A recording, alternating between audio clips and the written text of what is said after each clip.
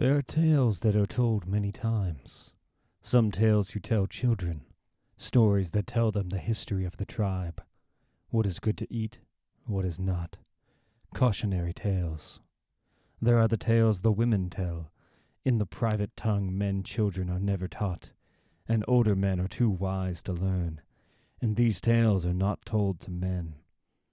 There are the tales the men tell each other in the men's hut at night, crude, raucous tales of the lizard who lost his male member, or of the Malabayo, the trickster, who sold ape dung to King Lion, telling him it was the soul of the moon. There are the tales the whole tribe tell each other, at festivals, at feasts, the story of the rock that jumped, of how fire came, 1,000 others. Low tales, high tales, tales that are told and heard many, many times. One tale is only ever told once. The young one still feels sore from the circumcision, but he bears it with the pride of his newfound manhood. They have walked for 2 days. When he returns to the tribe, he will truly be a man. He will have heard the tale. At night he will sleep in the young men's hut. Enough. This is the place. Give me the firewood. Now, you must go and find something, and bring it back to me. And when you have brought it to me, I will tell you the tale. While you are looking, I will make the fire. But, grandfather, what must I find? You will know it when you find it. Now go, hurry. Night is coming, and I must begin the tale before the sun sets. Hi, grandfather, I have found it. But what is it? Give it to me. The old man touches the glass. He remembers, fleetingly, the time his mother's brother took him out to this place, sent him to find a similar shard, and then he begins to tell the tale. This glass was once part of a city. If you look around in this place, you will find other shards like it. It is forbidden to take them from this place. I will tell you of that city, and of how it was lost to us. And one day, if you live long enough, you will bring one other out here and tell him the tale. For this is the way it has always been. Each of us hears the tale once in this place, and each of us tells the story once in this place. If Grandmother Death spares us long enough to tell it. Listen. This place was no desert then. Fertile it was, with many fruit trees and fat, slow animals everywhere, so that hunting was easy. If you simply closed your eyes and threw your spear, why, there would be something good to eat on the end of it. And in this place where we now sit, there was a city. It was a city built of glass, a city that spread out farther than a man could walk in a day. For this is the place that the first people began. And the first people were of our tribe. That is our secret, and we never tell outsiders, for they would kill us if they knew. But it is the truth. And in that city there ruled a queen. She was called Nada.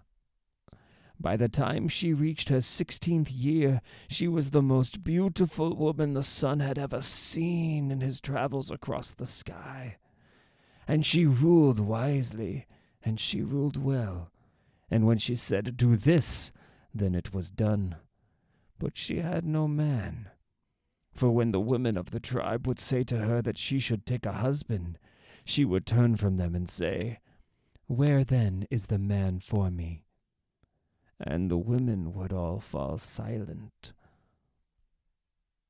One day a stranger came to the city. Tall he was, and dressed all in black.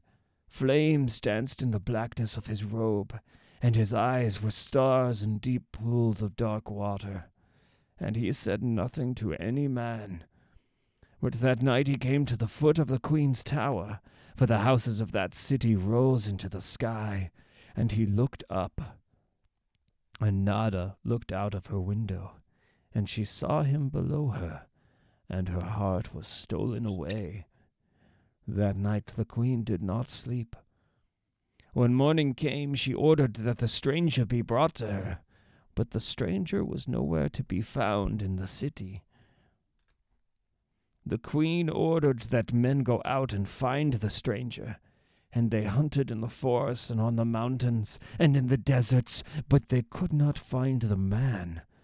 And Nada wept inside, for she knew that she had found her love and lost him. She went into the forest until she found the king of the birds, and she told the king of the birds her story. Be he man or be he god?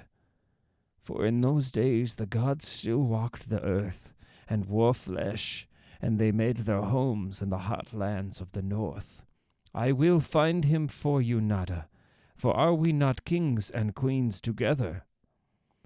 And the great bird summoned all the birds of the air to his throne, and he demanded of all of them, Have you seen this man? And each bird said no, until it seemed that there were no birds left. But there was one more bird, a white weaver bird, so tiny they had overlooked it. Little weaver bird, said the bird king, have you seen this man? The little bird nodded. She had seen the man late one night, beneath the moon. He had smiled at her and given her grain to eat. Then he had vanished. The bird king nodded. So this is no man, no god, but something else. Forget him, Nada. Find a breathing man, made of blood and bone and flesh and skin. This other can never be yours. And Nada lowered her head, and she left that place. But the weaver bird followed her. And the weaver bird said to her, I have heard that there is a tree that grows on the mountains of the sun, and on that tree grows berries of flame. And if a human were to swallow a berry from the tree, it would take them to the side of their true love. How am I to get a berry from that tree? Nada asked the weaver bird. And the little bird said, I will fetch it for you. The little bird flew up into the sky. It flew so high it vanished from sight, while the queen waited below. For a day she waited, and at the end of the day she saw a tiny speck in the sky above her. It was the weaver bird, but it had been burnt by a deep brown by the heat of the sun, and in its beak it carried a berry from the trees that grow on the mountains of the sun. That is why to this day the weaver bird is brown. The weaver bird dropped the flaming berry of the sun tree on the ground in front of Nada, and the queen picked up the weaver bird and said to it, For what you have done, no one of this land will ever harm you or your kind, little bird. So it is forbidden to eat weaver bird flesh, or to harm a weaver bird, and that is why we let them weave their nests in our villages. And Nada went back to her palace. And she went to her room, and she swallowed the fire berry, though it seared her throat, and she fell down as if in a deep sleep, and her soul was pulled out of her, and her spirit went walking. It seemed to her that she was in a darkened world, and there came close to her 2 men, 2 brothers, and they were arguing about a sacrifice they had given, for one of the men had given meat, and the other had given fruit, and they began to fight. Presently one brother killed the other, and walked on down the road. Then she said to the brother who was dead, What is this place? This is the dream world, lady, he told her. This is the realm of sleep and dream, ruled by Kakul, the lord of dreams. That house is his house. She walked up to the house and went into it. The guardians let her pass because they could feel the flaming berry inside her. In the throne room she saw Kaikul, the Dream Lord, on his throne, and his head was hidden. He said to her, "Who are you? Why have you come here?" "I seek a stranger, for I love him. Flames dance in the blackness of his robe, and his eyes are stars in pools of deep water. He came to my tower one night and looked up at me, but he said nothing." At this, Kaikul removed his helmet, and she saw before her the stranger who had stood beneath her house in the city of glass. And her heart sank within her, for she had confessed her love to one of the endless, who are not gods, and will never die like gods. And in the twin stars of his eyes she saw he loved her too. Terror seized her heart, and she coughed and coughed until she coughed up the berry of the tree that grows on the mountains of the sun, coughed it onto the floor of the Dream Lord's throne room. And she awoke to her own room. Standing beside her was the Dream Lord. "Why did you hunt me?" he asked her. "Why do you flee me?" "I hunted you because I love you more than mortal man has ever been loved by woman. And I fled you because it is not given to mortals to love the endless. Only disaster can follow from it.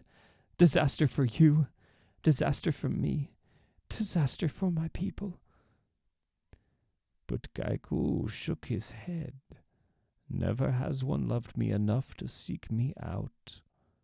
Never have I seen another woman I would take for my own. I would marry you, Nada, and make you queen of my dream world, to rule the dreams of all that dream by my side, to be with me forever, never to die as mankind knows death. And this I swear by the ruby on my chest." And at this Nada was deathly afraid, for though she loved him, she knew this was not meant to be, and she could not countenance his destruction and hers. For love is no part of the dream world. Love belongs to desire, and desire is always cruel. So Nada took the form of a gazelle, and she ran until she could run no more. But he came after her as a hunter, and slew the gazelle. Then she took on her own form again and ran into the wasteland. Till he pursued her, she climbed a high mountain, but still he came on. "He wants me to be his bride," she thought, "so if I give up my virginity, he will not want me." And she took a sharp rock, and with it she took her maidenhead. And she spilt her virgin blood on the earth. Where the blood fell, red flowers grew. And she turned, and Kaikul stood there before her. You know I am now no virgin," she said, expecting him to leave her. "I am no mortal man, and I love you as no mortal man could love. What matters your body to me?"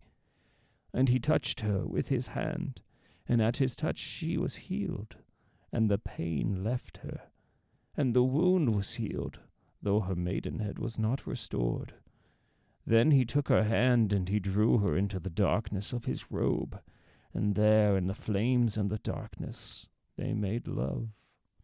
All that night they stayed together, and every living thing that dreamed that night of her face and of her body and of the warm salt taste of her sweat and her skin.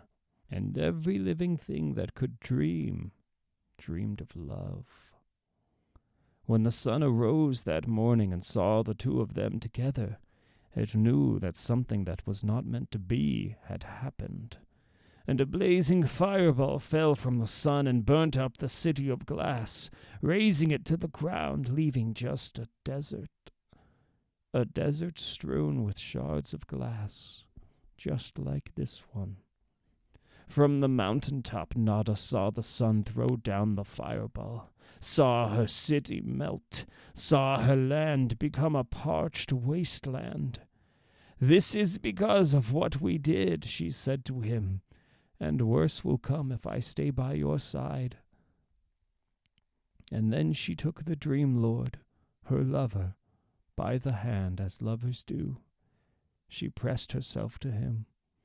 Then she released his hand, and before he knew what she was about, Nada threw herself off the mountain top, and her body was dashed to death on the rocks below.